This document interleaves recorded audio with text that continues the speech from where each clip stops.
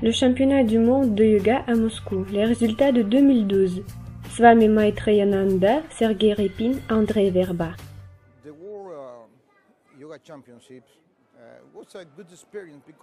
Le championnat du monde de yoga a été une très bonne expérience, car tout événement de yoga, soit le championnat de yoga sport, soit le séminaire de yoga thérapie, est un beau cadeau qui nous donne de nouvelles expériences et connaissances. Quant à ce concret championnat, je suis très heureux à cause de ce que des représentants de différents pays, de l'Iran, de l'Inde, sont venus. C'est une très belle possibilité de connaître comment ils vivent et comment ils pratiquent parce que c'est très intéressant. Ça nous permet de comprendre ce qu'est le yoga dans le monde entier. J'ai des impressions très positives. Ici, assistaient et participaient des représentants de 16 pays. On avait 72 participants. Sont venus des représentants des pays qui, à notre avis, ont toujours été loin de yoga. Par exemple, les représentants de l'Iran se sont produits avec succès. Ils avaient même 2 équipes. Ils ont montré la grande classe de yoga. Donc, on a beaucoup d'informations à réfléchir et à tirer une conclusion.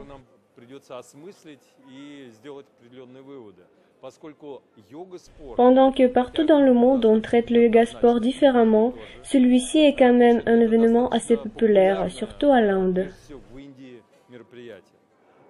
Bien sûr, c'est un peu étrange de réunir le yoga et le sport. Ce sont des voies différentes. Le yoga est quelque chose d'intérieur et le sport est quelque chose d'extérieur. Réunir ces différentes conceptions paraît toujours au moins original. J'espère que nos sportifs vont amasser une certaine expérience et auront de meilleurs résultats la prochaine fois. Pour ce moment, on peut prendre exemple sur les équipes de l'Inde et de l'Iran. Les sportifs iraniens ont démontré un niveau très haut. Je crois qu'au premier tour, le yoga sport est important en Russie pour populariser ce mouvement, pour en faire apprendre. Aujourd'hui, en Russie, il existe 2 professions, celle de professeur de yoga et celle de professeur des techniques de yoga. Chaque année, on enseigne le yoga de mieux en mieux. Le yoga continue à évoluer dans la Russie autant que dans le monde entier. Toutes les techniques de yoga aident aux gens. Ce que les gens font des asanas est bien, ce qu'ils font des pranayama est bien, ce qu'ils font des prosternations et de la concentration est bien aussi. Pour moi, qui représente la Fédération internationale de yoga sport, le yoga c'est une science, un art et une philosophie de la vie qui intègre 3 composants de l'être humain, dont le corps, l'âme et la raison à travers de l'état de samadhi. Mais le plus important pour les gens, c'est d'être heureux.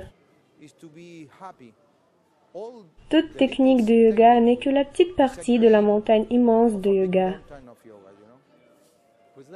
Savez-vous que le yoga est devenu très populaire durant quelques dernières années, non seulement dans la Russie, mais partout dans le monde? Il est devenu un certain trend. Néanmoins, chaque personne peut trouver en yoga quelque chose pour elle. Le yoga a tant de formes et c'est à nous de faire un choix. Selon la tradition de Maya, 2012 est une année de changement. C'est une porte dans une ère nouvelle. J'espère que cette ère sera celle de nouvelles coopérations, non seulement entre les hommes, mais aussi entre les hommes et les animaux, les plantes et notre mère, la Terre en général. Chaque année nous permet de comprendre le passé et de jeter un regard dans l'avenir. La fin de l'année est en général une période très importante. Mais pour nous, ceux qui pratiquent le yoga, l'interprétation est un processus constant. Donc, au sens général, 2012 ressemblera pour nous à 2013. Chacun reçoit ce dont il a besoin pour se perfectionner sur cette planète. Selon des écrits, un passage en 2012 sera la fin pour des forces de mal et l'essor pour le bien. Et on regarde très positivement aux temps à venir. Selon ces événements qui se développent autour de notre globe et autour de ces gens avec qui on se communique, on peut dire qu'il y aura beaucoup de bien. et notre pays évaluera, j'en suis certain. Pour moi, personnellement, cette année a été formidable. J'ai fait des études dans de différents pays, l'Amérique du Nord, le Canada, le Mexique, l'Amérique du Sud, l'Europe et enfin la Russie. Je fais connaissance des représentants de différentes écoles, mentalités et styles. Tout ça a mis mon développement personnel à un nouveau niveau. Cette année a été très chargée. D'abord, on a eu 2 événements internationaux. On a participé au championnat de l'Europe à Copenhague et au championnat du monde de yoga sport qui vient de se terminer. Le championnat de yoga sport est un titre général. En réalité, il comprenait 3 catégories. Le championnat parmi les adultes qui sont des sportifs non professionnels, le championnat de l'Europe de yoga sport et le championnat parmi les enfants. Ce qui a compté le plus cette année, c'était le camp de yoga Aura, qui a permis à beaucoup de gens d'avoir éprouvé certaines expériences de yoga. Le yoga n'est pas seulement une composante physique et extérieure, mais ce sont aussi des processus internes qui permettent de changer non seulement soi-même, mais aussi le monde autour. En deuxième place, à mon avis, est le voyage réussi au Tibet. Pendant ce voyage, certains de nos participants ont visité 4 phases de Kailash, ce qui est presque un exploit. En recherche de l'information sur ce sujet, on a lu que juste quelques hommes avaient fait réussir le tour pareil. Quand les gars avaient atteint la face du nord, la face de l'ouest, celle de l'est et celle du sud, et avaient ressenti les énergies qui y régnaient. Je crois que ce tour a permis aux gars de connaître eux-mêmes beaucoup mieux de différents côtés. L'année prochaine auront lieu de nombreux sommets, conférences, la conférence du monde de yoga, mais la plus grande partie de mon temps, je vais consacrer à enseigner des professeurs de yoga dans de différents pays. Je vais aussi mener des cours de yoga thérapie. En 2013, on a 3 grands projets. Premièrement, c'est le camp de yoga Aura qui se déroulera cette année au niveau principalement différent. C'est-à-dire qu'on va essayer de faire cet événement plus accessible aux gens, qui leur permettra de mieux connaître eux-mêmes.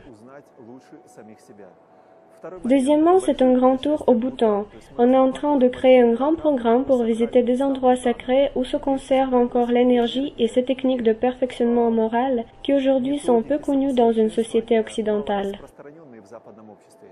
Je crois que ce tour comptera beaucoup. Le 3e événement est le tour au Tibet. Cette année, on essaiera d'atteindre les phases de Kailash encore une fois. Et j'espère que ça portera du bien aux gars de nouveaux groupes aussi que l'année précédente. Pour populariser le yoga en Russie, il faut avant tout prendre le yoga pour ce qu'il est. C'est une pratique claire, pacifique, bonne et très profonde à comprendre. Le yoga n'a jamais porté de l'aspect religieux. Même la Fédération internationale de yoga a choisi comme son symbole la phrase suivante. Le yoga, ce n'est pas une religion, mais c'est une union des gens libres. Je crois que le yoga va se développer au sens différent pour des gens différents. D'après ce qui l'intéresse, l'homme choisira certains mouvements de yoga et atteindra ses buts et son résultat dont il a besoin selon son karma. Chacun éprouvera quelque chose de particulier, et l'ensemble de ces particularités, à mon avis, fait le yoga uni. À mon avis, le yoga a de profondes racines en Russie. Et si vous étudiez la philosophie du yoga, vous trouverez beaucoup d'intéressant. Ce qui était répandu autrefois pour de nombreux peuples, aujourd'hui est conservé à l'Inde. Chez nous, aujourd'hui, il y a très peu d'informations. Il me semble que si on ramène des racines de perfectionnement moral qui étaient répandues autrefois sur ces territoires, beaucoup de gens comprendront mieux eux-mêmes, ce qui est très important. Le fait est que si l'homme comprend bien soi-même, il se comportera beaucoup plus responsable envers le monde autour. Si l'homme veille sur ce qu'il fait, ce qu'il dit et ce qu'il pense, il veillera sur ce qui se passe autour. Tous gagnent. Mieux l'homme se sent, mieux devient le monde. C'est de l'axiome. Aujourd'hui, dans le monde, il y a 350 millions de personnes qui pratiquent le yoga. C'est une belle contribution à l'évaluation humaine. Tant de gens aujourd'hui choisissent la profession de yoga. Je ne souhaite à tout le monde que du bonheur et de la santé. Ces souhaits traditionnels ne seraient pas si répandus s'ils ne portaient pas l'essentiel. Parce que le yoga est capable d'aider chacun. Il n'y a pas de limitation de l'âge, ni de sexe, ni de la santé.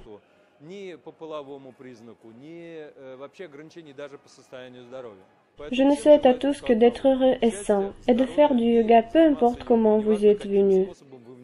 Je suis sûr que vous découvrirez beaucoup d'importants. Le yoga nous permet de changer nous-mêmes en mieux. Quand l'homme se libère de ses passions qui l'empêchent d'évaluer le plus souvent. C'est-à-dire que si vous faites du yoga et changez votre énergie, l'énergie autour changera aussi.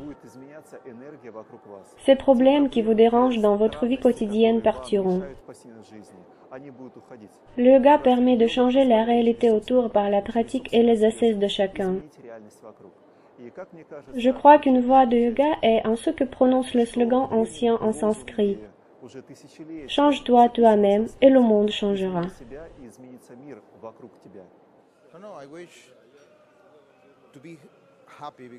Je souhaite à tout le monde d'être heureux car le bonheur compte le plus dans la vie.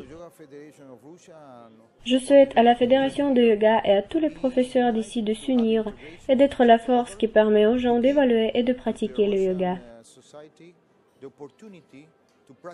C'est un grand cadeau pour la société russe.